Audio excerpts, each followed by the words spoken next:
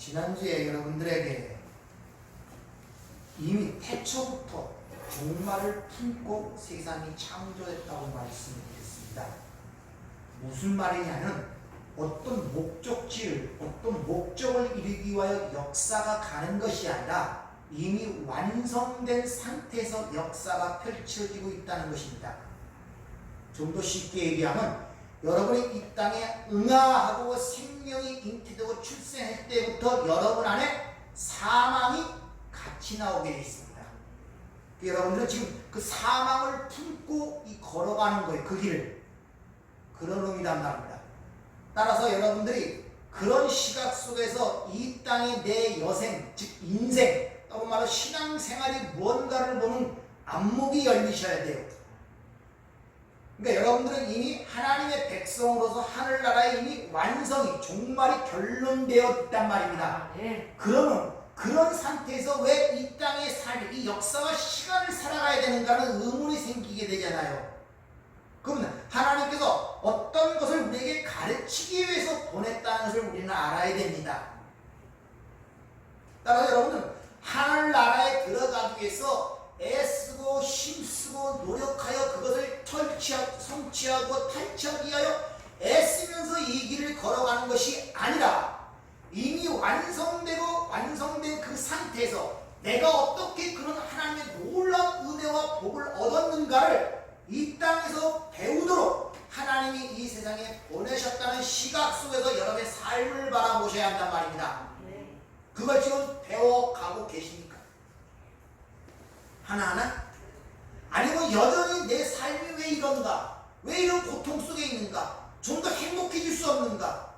라는 쪽으로 계속 그런 쪽으로 생각과 사고가 발달돼 가고 있습니까?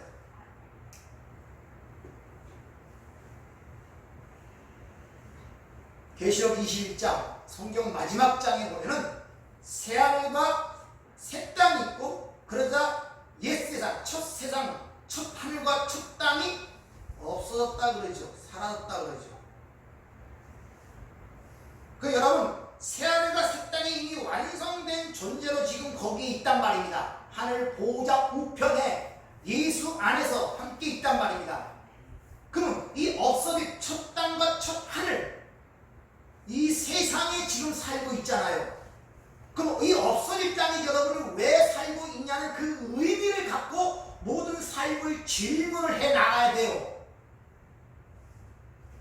그저 내 가족, 내 자식 보는 것 현재상 여기서 벗어나셔야 한다니까요. 거기서 못 벗어나시면 계속 그거 예수 믿으나 안 믿으나 그게 그거예요. 아무런 효용이 없습니다. 그래서 이미 복을 받은 자, 에베소 1장에는 신령한 복을 창선에 받은 자들의 삶이 이 땅에서 어떻게 드러나는 것을 가리키는 것이 바로 팔복이란 말입니다. 이렇게 살아야 너희가 복받은 자가 될 것이 다가 아니라 이미 창세전에 신령한 복을 받은 자들의 그 현실이 이 땅에서 어떻게 드러나는가를 보인단 말입니다. 그것이 팔복이란 말입니다. 여러분 신앙의 목적지가 거기란 말입니다. 하나님이 글로 끌고 가실 거란 말입니다. 그런 관점에서 팔복을 보셔야 돼요.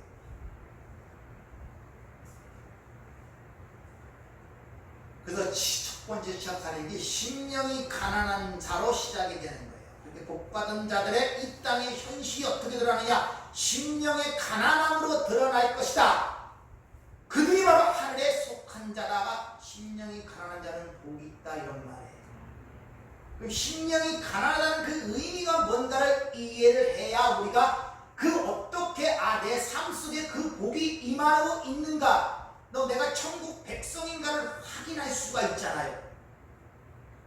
근데 구약에 보면 상한 심령이라는 것은 세상적으로 생각하듯이 인간의 어떤 인격적 재능이나 자질이나 겨냥이나 인덕 어떤 그런 것들을 의미하는 게 아니란 말입니다. 지난주에 말씀드린 것처럼 시편 51편의 말씀에 보면 하나님 번제와 제사를 원하지 아니하시고 상한 심령을 원하신대요. 그걸 받으시기를 원한대요. 상한 심령. 근데 시편 40편에 보니까 그 상한 심령이 뭘 의미하는가? 바로 두루마기에 기록된 그 자, 바로 예수 그리스도라고 시편 40편에서 얘기하네요. 그럼 하나님이 원하시고 기뻐하시는 받으시는 상한 심령이라는 것은 예수 그리스도의 제사란 말입니다. 십자가 하나님은 그걸 원하신대요. 그것만 받으신단 말입니다. 여기까지는 이해가 되시죠? 자, 따라서 가난한 심령이라는 것은 즉 우리가 가난한 심령이 가난하다 이 말은 자신의 영적 상태를 인식하여 내가 영으로 죽었다는 사실을 깨달아 하나님이 주신 그 상한 심령 예수의 십자가만 붙드는 것을 바로 심령이 가난한 자라고 얘기를 하는 것입니다. 그래서 성도는 예수의 십자가만 믿어야 돼요. 다른 것이 어느 것도 개입이 될 수가 없단 말입니다. 따라서 가난한 심령이라는 것은 예수의 십자가만 붙드는 것, 이것을 가난한 자, 심령이 가난한 자라는 말의 의미란 말입니다. 그런 자가 하늘의 복을 받은 자의 삶의 모습이라는 것입니다. 근데 그 가난한 심령이라는 것이 어느 한순간에 와서 완성되어지는 것이 아니에요. 점진적으로 이루어지는 것인데, 그렇게 가난한 심령이 되려면 예수의 십자가만 유일하게 붙들려고 하면 어떤 변화가 있어야 되면 내 자신에 대한 인식의 변화가 있어야 돼요. 내 자신에 대한 인식의 변화, 그것이 점차적으로 일어날 때 내가 가난한 심령이 가난한 자가 되고 예수의 십자가만이 의지할 수 있는 자가 되는 것입니다. 그래서 좋은 예가 바로 사도 바울의 예가 들어서 그 사도 바울의 자기에 대한 인식이 어떻게 변화되는가를 한번 살펴보도록 하죠. AD 48년에 쓴 갈라디아서에 보면 자신의 사도직을 이렇게 자랑합니다. 사람에게 난 것도 아니요 사람으로 말미암은 것도 아니요 오직 예수 그리스도와 그의 죽은 자를 살리신 하나님 아버지로 말미암아 사도된 바울은 첫 번째는 자기의 사도를 이렇게 자랑스럽게 얘기합니다. 근데 그 후에 7년 뒤에 쓴 고린도 전서에 보면 오히려 그 사도직을 감당치 못할 자라고 고백을 합니다. 나는 사도 중에 가장 작은 자라. 나는 하나님의 교회를 박해했으므로 사도라 칭함을 받기를 감당치 못했다고 얘기합니다. 그 후로부터 8년 후에 쓴 에베소서에 보면은 모든 성도 중에 지극히 작은 자라고 자신이 얘기해요. 그리고 로마 감옥에서 죽기 1년 전에 쓴 디모데 전서에 보면 내가 바로 죄인 중에 괴수다 라고 고백을 하고 있단 말이에요. 이것이 하나님을 받고 하나님이 우리를 끌고 가는 그 지점이고, 우리가 내된 자인식이 그렇게 변화되어가는 과정이 있어야 가난한 자가, 심령이 가난한 자가 되고 나의 모든 것을 버리고 오직 예수만 붙드는 자가 되는 것입니다.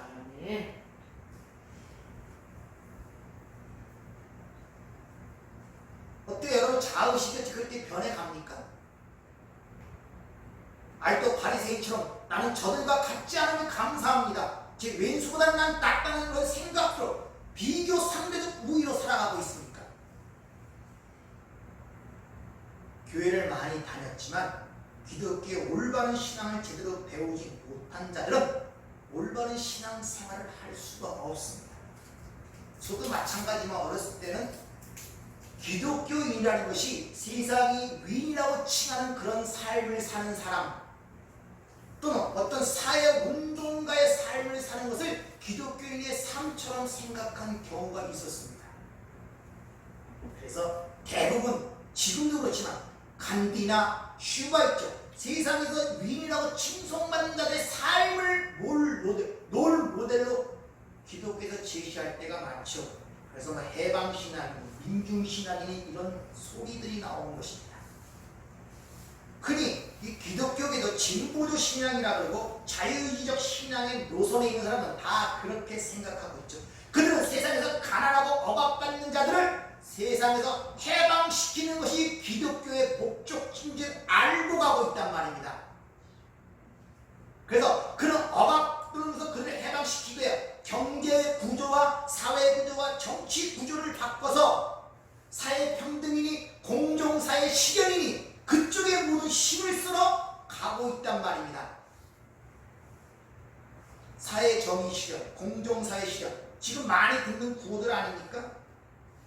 그래서 사회단체 중에 기독교 단체가 많은 이유 중 하나가 바로 거기 있단 말입니다. 그러나 그렇게 사회정의를 일으키고 공정사회를 외치는 것이 나쁜 것은 아니에요. 그러나 그것이 기독교의 본질이 아니란 말입니다. 주객이 전도되면 반드시 기독교는 왜곡되고 변질되게 되어 있단 말입니다. 지금 세상이 그래요. 기독교가 변질되고 있단 말이에요. 그게 세상에서 볼 때는 굉장히 좋은 구호예요. 인본 입장에서. 그러나 오늘 그런 입장에서 본다면 오늘 주님이 산상순 팔복을 통해 얘기하는 건 정반대의 얘기하고 있단 말입니다. 가난한 자가 복이 있다, 애통하는 자가 복이 있다고 지금 주님은 선언하고 있잖아요. 가난이라는 것은 지난주에 말씀 단지 소유가 많고 적음에 있는 것이나 그런 위치에 있는 사람들의 박탈감, 소외감, 그 모든 삶의 전체적인 것을 포괄하는 그런 의미를 갖고 있단 말입니다. 한번 여러분들의 스스로 질문들을 여러분의 기독교의 목적, 이 땅에서 기독교의 목적지는 뭡니까? 가난함 속에서 건져내어 부유하게 만드는 것, 애통한 자를 건져내어 기뻐하게 만드는 것이 여러분이 생각하는 기독교의 목적지 아닙니까? 그래서 예수 믿는 거 아니에요? 이 힘들고 어려운 세상 속에서 전능하신 하나님의 도움을 받아 모든 문제를 해결하고 소원을 성취하며 번영과 성공과 행복을 누리기 위해서 여러분 예수 믿지 않았습니까? 그게 기독교의 목적지로 생각하고 여기까지 살아오지 않았습니까?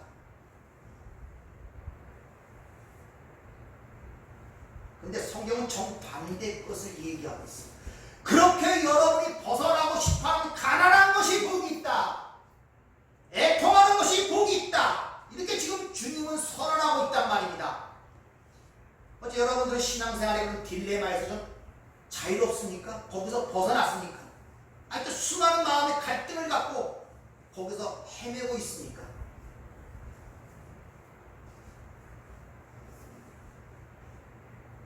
진짜 예수를 믿게 되고 신앙이 성숙하게 되면 나에 대한 자아인식의 기준이 다른 사람이 아니라 예수로 바뀌게 돼요. 신앙이 성숙지 못할 때 어떤 종교적 열심을 낼 때는 주위의 사람과 비교가 됩니다. 비교 우위를 합니다. 그러나 신앙이 성숙되면 오직 기준이 예수로만 바뀌어요. 그래서 선인이 악인이 죄인이 의도 마찬가지입니다. 모든 기준이 예수를 바뀌어요. 그래서 진짜 예수님을 만나기 전까지는 서로 비교하며 우위를 차지하기 위해서 서로 경쟁도 하기도 하고 다툼도 일으킵니다. 그래서 윤리, 도덕적 선한 삶을 살기 위해서, 착한 삶을 위하기 위해서 서로 경쟁하여 그것을 더 나아게 하는 그런 좋은 면도 있지만, 그러나 진짜 중요한 것은 그 모든 것의 중심점에 예수라는 기준을 갖지 못하면 그건 바리새인적 의를 갖고 있다는 것을 여러분이 아셔야 돼요. 누구를 갖고 여러분 지금 살고 계십니까? 괜찮다고 생각하십니까? 이웃집에 사는 저 사람보다 여러분 낫다고 생각하십니까? 아니면 대중매체나 신문을 치다하는 그런 악한 그런 사람보다 그래도 내가 낫다는 생각하십니까? 아니면 여러분 가족 중에 예수 안 믿는 그런 사람의 삶을 보고 그들보다는 내가 더 낫다는 그런 스스로의 위로감을 갖고 사십니까? 그럼 여러분들은 아직 기준이 예수로 바뀌지 않아. 다른 말로 진짜 예수를 만나지 못한 것입니다. 왜냐? 예수만 하나님이 받으셨어요. 예수만이 하나님의 의미다. 그래서 예수 닮은 자는 하나님께 들어가요. 근데 그 기준이 예수 아니고 다른 데 어디서 기준을 찾겠습니까? 어디서 기준을 찾겠어요? 로마서 8장 29절에 보면은 그로 많은 형제 중에 맏아들이 되게 하시리라. 맏아들, 프로토코스, 첫 열매, 첫 대. 요한복음 15장 포도나무의 가지 부위에서 잘 나타나는, 너희가 나를 따라서는 아무것도, 나심 아무것도 할 수 없다고 분명히 말씀하고 있잖아요. 나를 따라서는. 근데 문제는 뭐냐면은 이게 하나님의 은혜에 의하여 하나님의 말씀을 통하여 하나님을 더욱더 알게 됨으로 말미암아 나의 실체가 그 앞에서 적나라하게 발가벗기기 시작하는 거예요. 그럴 때 나는 그 나라에 적합한 자가 아니구나. 나는 그 나라에 들어갈 합당한 자가 못 되는 걸 비로소 깨닫는데요. 나는 그 하나님 나라에 있을 자가 못 되는구나를 깨닫게 된단 말입니다.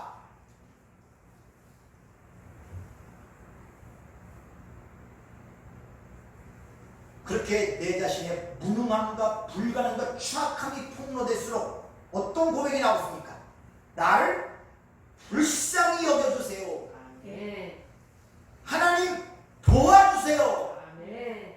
바디메오처럼 다윗의 자손이여 나를 불쌍히 여겨주소서. 아멘. 이런 고백과 외침이 여러분 신앙생활 속에서 얼마나 많이 나온 적이 있습니까?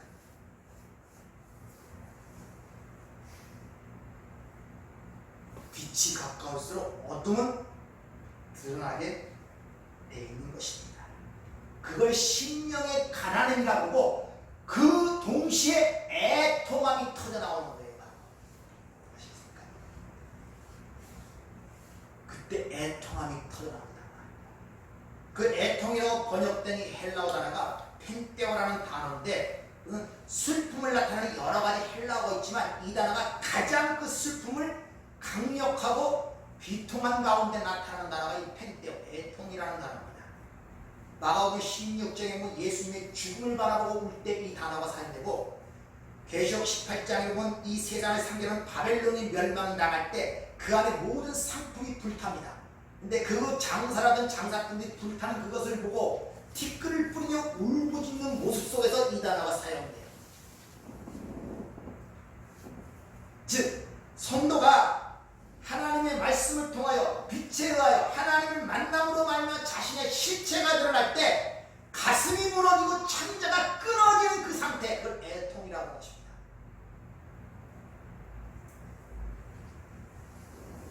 그걸 해보신 적이 있습니까? 제가 언젠가 얘기했죠. 6개월을 웃었다. 회사 가면서도 울고 집에서도 울고 밥 먹으면서 울고 공장장이 불러서 소년집에 무슨 일이 있어? 왜 그렇게 우냐? 죄인 때문에 울고 감사해서 웁니다.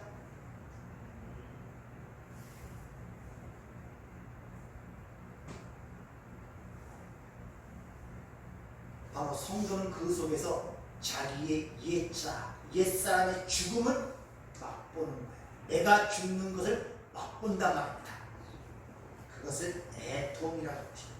로마서 7장 24절에 보면 오호라 나는 곤고한 사람이로다. 이 곤고한 게 팔라이오포로스, 비통함, 괴로움을 받는 이 사망의 몸에서 누가 나를 건져내리오? 이게 터져 나오는 애통이란 말입니다. 자신의 실체를 보면서. 따라서 성도에게 애통이 오는 것은 저주가 아니라 복인 것입니다.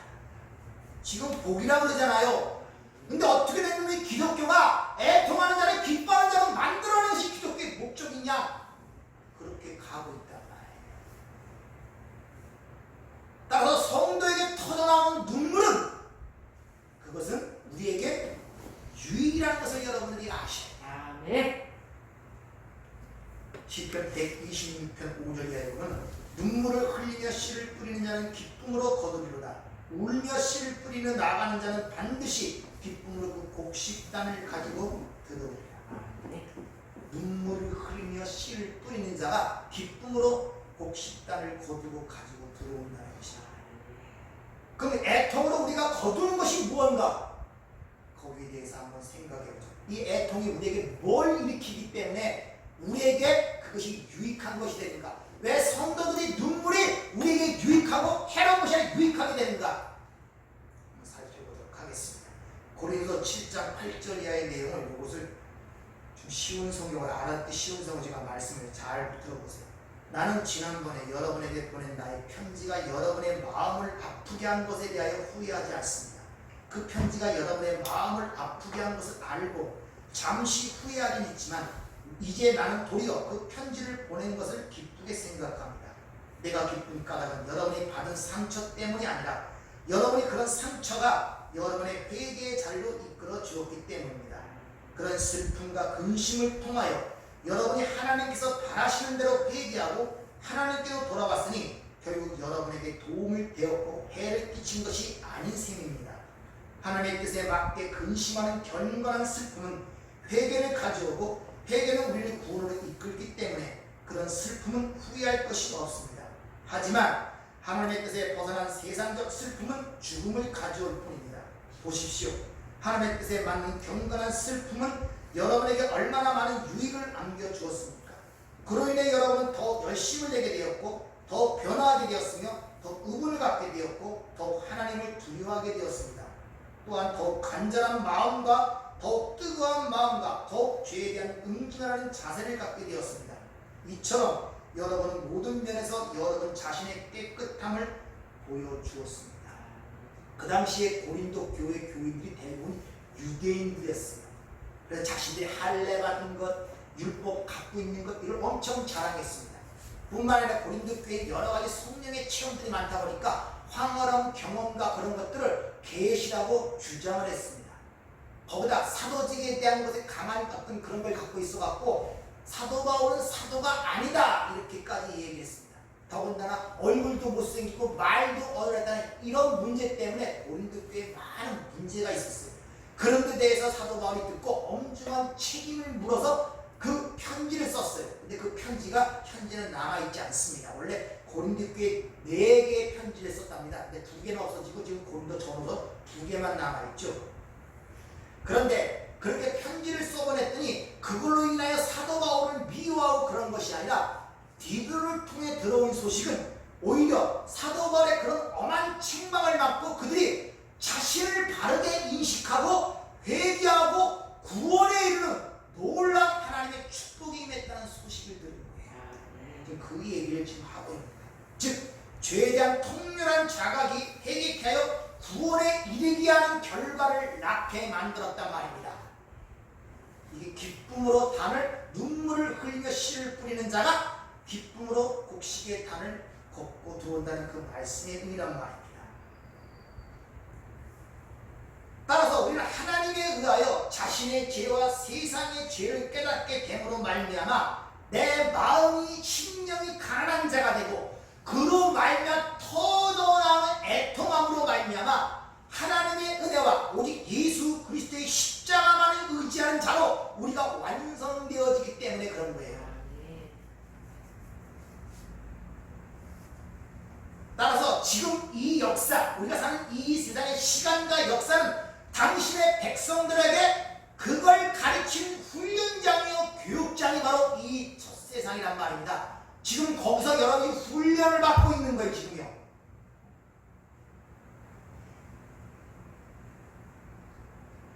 따라서 애통이라는 것은 우리에게 주신 복이지 우리가 거기서 벗어나야 할 것이 아니란 말이에요. 우리 한번 쉽게 생각해 봅시다. 몸이 아플 때 고통이 없으면 병을 찾지 않습니다. 따라서 어떤 병으로 인하여 몸의 그 증상으로 나타나는 고통과 아픔은 우리에게 유익을 끼치는 거예요. 고통 자체가 그 병을 가르쳐 주는 거기 때문에 따라서 여러분 삶 속에 하나님에 의해 이끌림 받는 그 애통의 자리는 우리가 벗어나야 할 곳이 아니란 말입니다. 그래서 하나님께서 당신의 백성들에게 눈물의 양식을 준다고까지 얘기합니다. 시편 80편 5절. 주께서 그들에게 눈물의 양식을 먹이시며 많은 눈물을 마시게 하셨나이다. 눈물의 양식을 준대.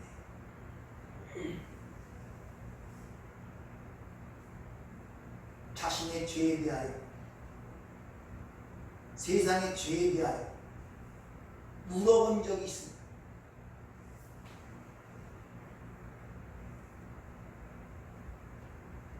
여러분 그동안 눈물 흘리기 뭐 때문에 흘렸습니까? 내 때문에 흘리기. 자식 때문에, 가정 때문에, 먹고 사는 문제 때문에, 세상 문제 때문에 그런 눈물 말고요. 내 실상이 드러날 때 몸둘 바를 모르고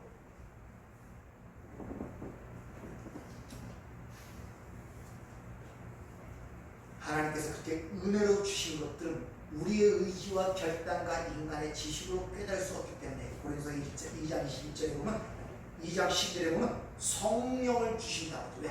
그 성령을 통해 하나님께서 우리에게 은혜로 주신 것들을 알게 하신단 말이다. 이게 우리에게 성령이 제일 먼저 하는 일이 뭐겠습니까?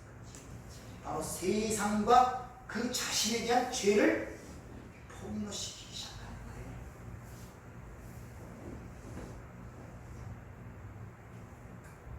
거기서 그 성령의 역사에 의하여 폭로되는 그 과정 속에서 자연적으로 나타나는 반응이 애통함이란 말입니다. 스가랴서 12장 10절 한번 잘 들어보세요. 10절부터 14절까지. 내가 다윗의 집과 예루살렘 주민에게 은총과 간구하는 심령을 부어주리니 그들이 그 찌른 바 그를 바라보고 그를 위하여 애통하기를 독자를 위하여 애통하듯 하며 그를 위하여 통곡하기를 장자를 위하여 통곡하듯 하리로다. 그날에 예루살렘에 큰 애통이 있으리니 무기또 골짜기 하다드림몬에 있던 애통과 같을 것이라.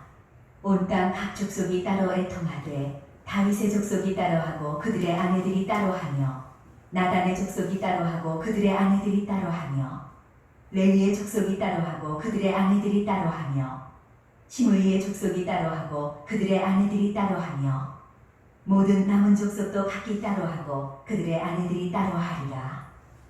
하나님께서 다윗의 집에 은총과 간구하는 심령을 부어주자 어떤 일이 일어나냐면 그들이 찌른 바 그를 바라보고 그를 위해 애통하기를 독자를 위해 애통하며 그를 위하여 통곡하기를 장자를 위해 통곡하다가 아니라 무슨 말이냐?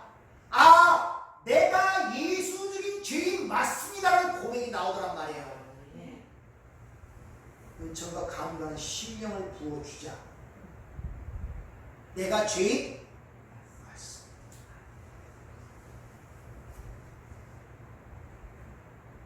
예수님 십자가 양옆에 두 강도가 다투었습니다. 마태복음 두 강도가 처음에 똑같이 예수를 욕했다고 기록하고 있습니다. 누가복음에 보니까 어느 한순간에 갑자기 한 강도가 나는 당연히 죽을 죄인입니다를 고백해요. 나는 죄인이라고 고백합니다. 뭐가 역사한 거예요? 하나님 간구하는 심령을 그에게 부어주신 거예요. 신약에서 한 예를 또 찾아보죠. 누가복음 18장 11절 14절까지. 바리새인은 서서 따로 기도하여 이르되 하나님이여 나는 다른 사람들 곧 토색, 불의, 간음을 하는 자들과 같지 아니하고 이 세리와도 같지 아니함을 감사하나이다. 나는 일에 2번씩 금식하고 또 소득의 11조를 드리나이다 하고 세리는 멀리 서서 감히 눈을 들어 하늘을 쳐다보지도 못하고 다만 가슴을 치며 이르되 하나님이여 불쌍히 여기소서 나는 죄인이로소이다 하였느니라. 내가 너희에게 이르노니 이에 저 바리새인이 아니고 이 사람이 의롭다 하심을 받고 그의 집으로 내려갔느니라. 무릇 자기를 높이는 자는 낮아지고 자기를 낮추는 자는 높아지리라 하시니라. 바리새인들은 오히려 감사의 기도를 드리는 것을 볼 수 있죠. 그런데 세리는 하나님을 바라보지도 하늘을 바라보지도 못하고 가슴을 치며 자신이 죄인이라는 거예요. 그래서 나에게 하나님의 긍휼과 불쌍히 여김이 필요하다고 고백하는 모습이 대조되어 있죠. 그리고 하나님 주님에 의하여 그 세리가 의롭다 하심을 받고 집으로 내려갔다는 것입니다.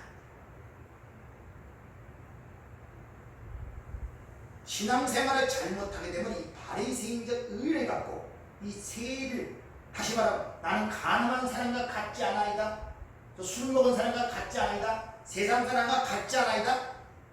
이런 바리새인들의 신앙을 가질 위험성. 이게 초두에 말씀드린 것처럼 신앙이 성숙되지 못하고 종교적 열심을 하는 자들 항상 비교가 사람과의 비교가 기준이 돼요. 예수가 안 된단 말입니다.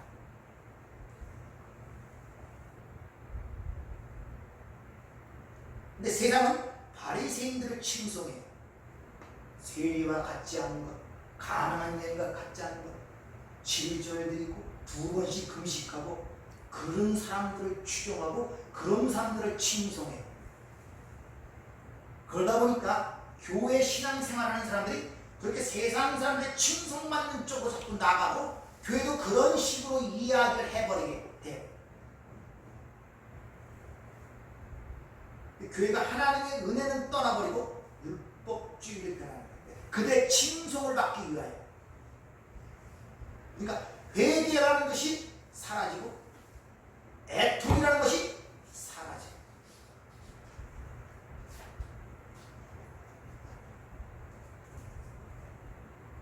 사도행전 2장에 보면은 오순절에 성령이 강림하시죠. 성령의 충만을 받아 성령의 말하심, 성령의 혀, 글로사, 방언, 성령의 혀가 되어 설교를 합니다. 베드로가. 사도행전 2장 36절에 보면 그런즉 이스라엘에 온 지금 확실히 알지니 너희가 십자가에 못 박은 이 예수를 하나님의 주와 그리스도가 되게 하셨느니라 하니라. 그들이 이 말을 듣고 마음이 찔려 베드로와 다른 사도들에게 물으시되 형제들 우리가 어찌해야 할꼬. 너희가 다 예수 죽인다다 했더니 전부 다 그 말을 듣고 우리가 어찌해야 될꼬 애통하는 모습이 사도행전 2장에 기록이 되어 있잖아요.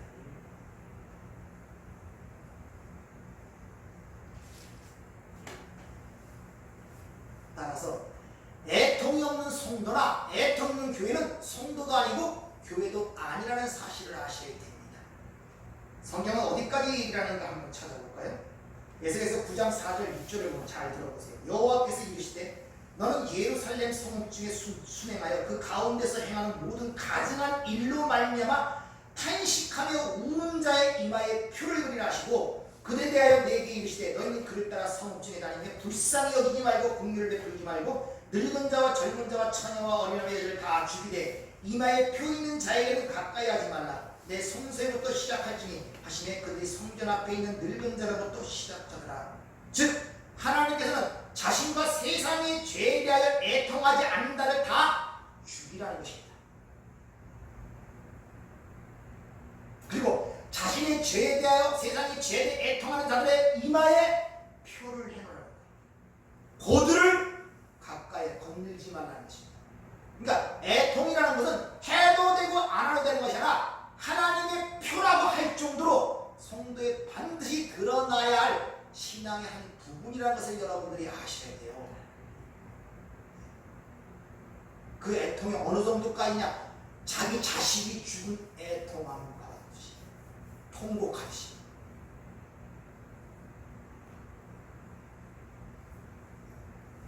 저 자신을 보고 애통하지 않는 자들의 삶은 국물도 베풀지 말고 다 죽이라 할 만큼 애통은 해도 되고 안 해도 되는 것이 아니라 반드시 있어야 한다는 것을 우리에게 지금 강조해 보여주고 있다는 것을 여러분이 아셔야 돼요. 그들에게만 하나님의 위로와 구원이 임하는 것입니다. 하나님께서 복받은 자들을, 창조를 복받은 자를 이 땅에서 그런 목적지로 이끌어 가시는 이 성경적 진리인데 오늘날 기독교는 그쪽으로 끌고 가지 않잖아요. 오히려 가난한 자를 부유하게 만들어 주려고 그러고 애통한 자를 깃발로 만들어 주려고 되고 이것이 오늘날 기독교 아닙니까? 그렇기 때문에 진정한 하나님의 위로를 거서 받지 못하는 거예요. 그렇다고 성도가 일생 동안 그 애통하는 데 사냐? 그 가운데 하나님의 위로가 있다고 하잖아요. 그러니까 진정한 하나님의 위로를 맛보려면 반드시 그 애통의 자리로 내려가야 하는 것입니다. 그래서 우리가 어찌해야 될고 그 3,000명이 회개하고 들어가 구원을 받잖아요.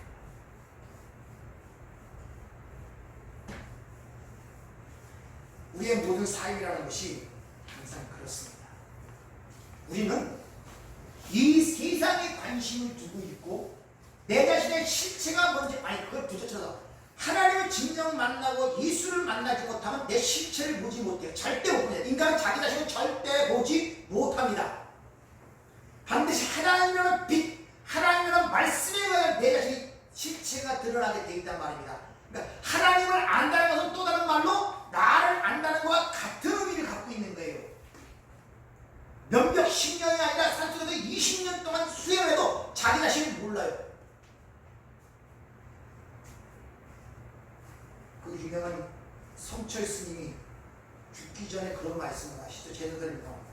내가 무간지옥에 간다. 내가 바로 어둠이었구나. 내가 선난 선녀들에게 사기를 쳤네. 이렇게 고백하고 가요. 그분이 8년 동안 벽을 바라보고 눕지 않고 수고한 사람입니다.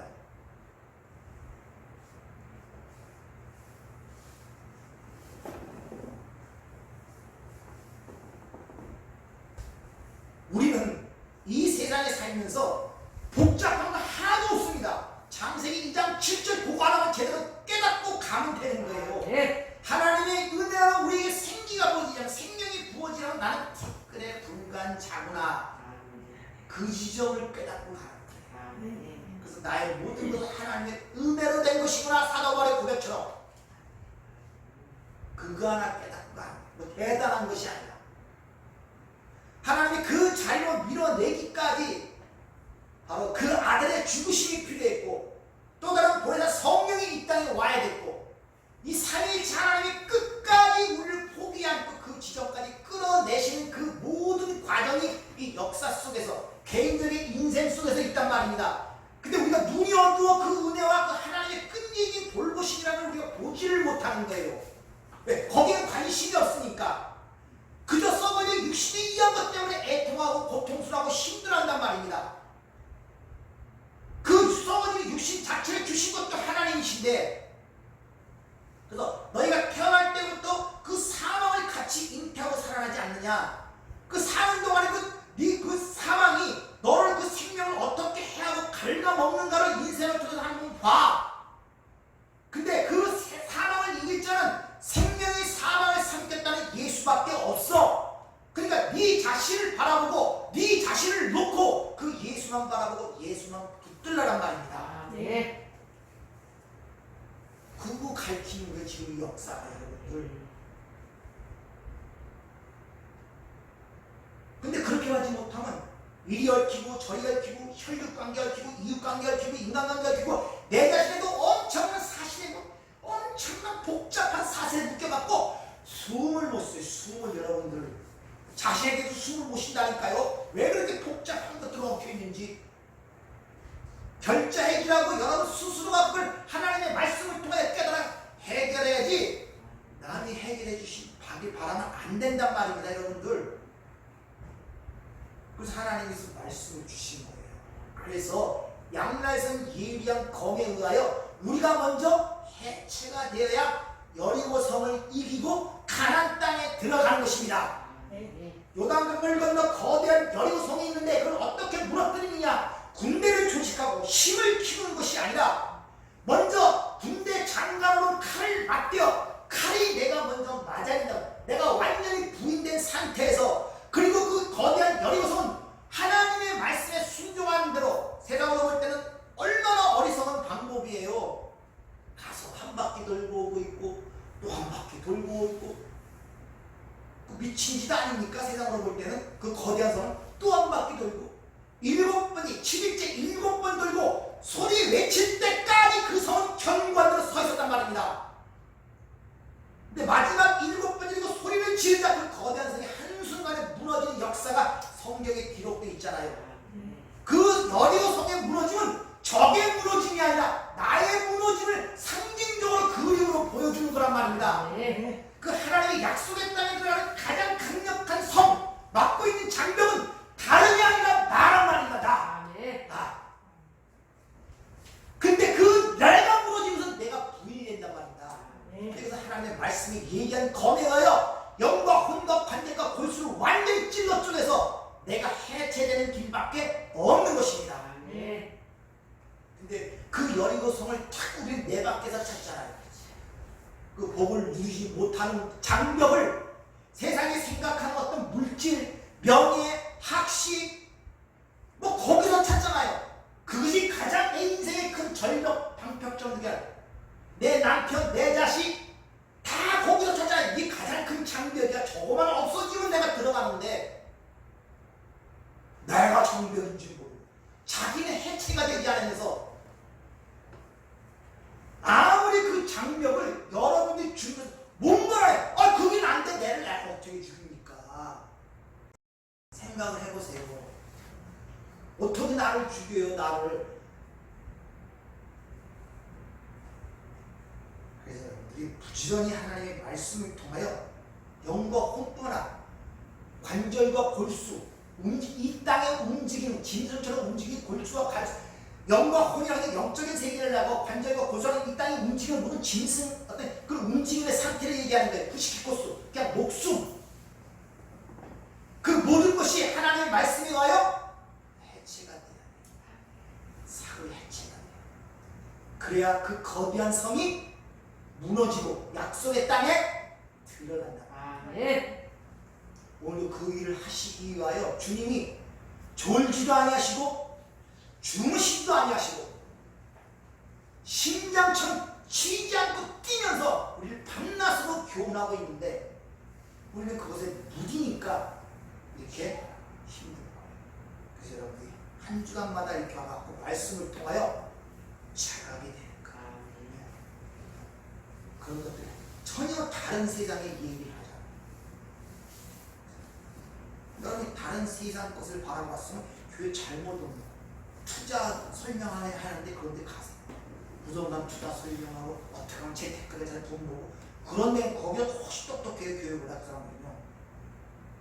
거기 가서 들으세요. 여기는 와갖고 내가 죽는 곳이 해체되는 곳이 옛사람이 죽음이란 말입니다. 그래서 이런 데서 들면 설교의 첫 번째 목적은 1차적으로 여러분의 애통하게 만들어야 돼요. 얼마나 큰 죄인인가를 실체를 발라벗겨갖고 이게 못 땡기겠어 하고 저 문을 박차고 나갈 정도로 그렇게 긁어대는 것이 설교의 첫 번째 목적이에요. 그래서 베드로가 성령 충만받자 다고짜고 모든 사람 앞에서 니들이 다 예수 죽인 자야 그러잖아요. 오늘 여기까지 하시고 오후에 이 애통에 대해서 좀 더 생각해 보도록 하겠습니다. 기도하겠습니다. 은혜롭고 자비로우신 아버지 하나님, 진정 내 자신을 바라보며 이 죄악된 세상을 바라보며 내가 애통한 적이 있습니까? 몸부림친 적이 있습니까? 주님 나를 도와주세요. 나를 불쌍히 여겨주세요. 나는 더 이상 어떻게 할 수가 없는 존재입니다. 이런 애절함으로 기도한 적이 있습니까? 아버지 이런 말씀들을 통하여 다시 한번 돌이켜보는 시간이 되게 하시고 좀 더 하나님이 원하시는 성숙한 모습으로 나갈 수 있도록 성령께서 우리를 도우시고 인도하여 주시옵소서. 예수님